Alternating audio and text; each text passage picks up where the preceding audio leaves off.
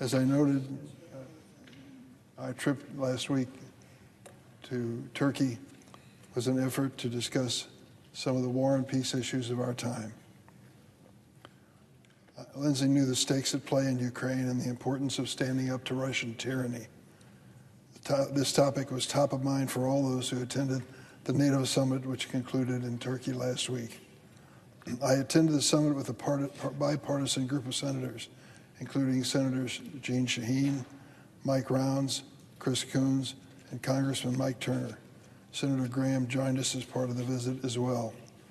With the war in Ukraine entering its fifth bloody year, the timing of this event was important as tides began to turn in Ukrainian favor. Not only did Ukraine repel the initial invasion by one of the world's largest armies, it is increasingly showing progress in winning this conflict. Russia has been unable to seize additional land and is suffering staggering losses that no political leader can sustain for a war of folly. Ukraine has also increasingly taken the conflict to Russia, weakening its energy and military infrastructure, and turning Russian public opinion against this war in Ukraine. Unlike Russia, Ukraine is careful not to strike civilian targets. I'm happy to report from the NATO summit that the alliance remains determined to see Ukraine defend itself from Russia. Most of the 32-member bloc, formed from the ashes of World War II, have notably increased their defense spending. They are contributing more funding, equipment, and personnel, and are reminding one another of their commitment and importance of this historic alliance. I was glad that President Trump attended the summit. He and President Obama were right to push our allies to pay more of their fair share for the cost of NATO. But President Trump's constant rhetoric belittling the alliance and dreams of conquering Greenland and other follies have been ill-timed, boorish, and counterproductive.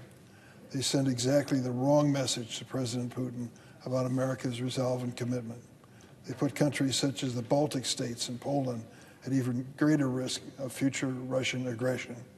Already, Putin is testing the alliance through sabotage, hybrid attacks, misinformation, and assassination. And with the war turning against Russia, Putin may lash out further. This is not the time for President Trump to show Putin any weakness.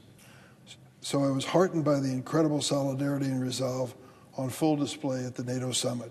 Quite simply, NATO is alive and well, as is allied support for Ukraine. Congress continues to show strong bipartisan support for NATO, including through funding, troop-level requirements, and the Baltic Security Initiative. But we can do more, notably helping Ukraine with desperately needed air defense. We should also continue to keep U.S. troop deployment as part of the NATO effort in frontline NATO member states.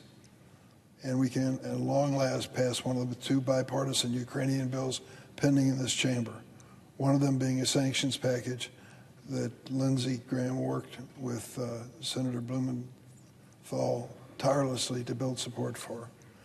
I understand that Lindsey had finally arranged for this measure to be introduced even this week. I hope we still go forward with the bill without delay. Lastly, after the NATO summit, we had a chance to visit Hungary, one of our NATO allies. There was a recent election in Hungary that unseated Viktor Orban after 16 years, a period that included democratic backsliding and being a thorn in the side of European efforts to help Ukraine. I want to congratulate the Hungarian people on this peaceful transfer of power and decision to play a more constructive role in European security, including standing with Ukraine. Theirs is a welcome choice that we should support here in the Senate, something I'll do in my remaining time. Mr. President, on a separate subject, last week, President Trump declared that the ceasefire with Iran was over after the United States launched a wave of retaliatory strikes in response to Iran firing on commercial ships in the Strait of Hormuz. I wish I could say I'm surprised by this, but I'm not. President Trump started this war with a genuine destabilizing regime without thinking it through. As I've said over and over again, a cliche which happens to be accurate. It is a lot easier to get into a war than it is to get out of, as we're learning in Iran every day. Iran's response, striking U.S. and allied targets in the region, holding the strait and global economy hostage, were equally foreseeable. The Iranian regime, much like Vladimir Putin in Russia, seems to be repeatedly trying to humiliate the United States and play for time. The original misstep may have occurred even earlier when President Trump withdrew U.S. from the Iran nuclear agreement during his first term. It was a deal that was working to restrain Iran's nuclear ambitions. Now we seem to be floundering back into a much weaker deal, one that bewilderingly includes billions of dollars to help Iran rebuild. I hope wiser heads will prevail, and I look forward to congressional review of any ensuing deal with Iran as required under the Bipartisan Iran Nuclear Agreement Review Act. Mr. President, I yield the floor.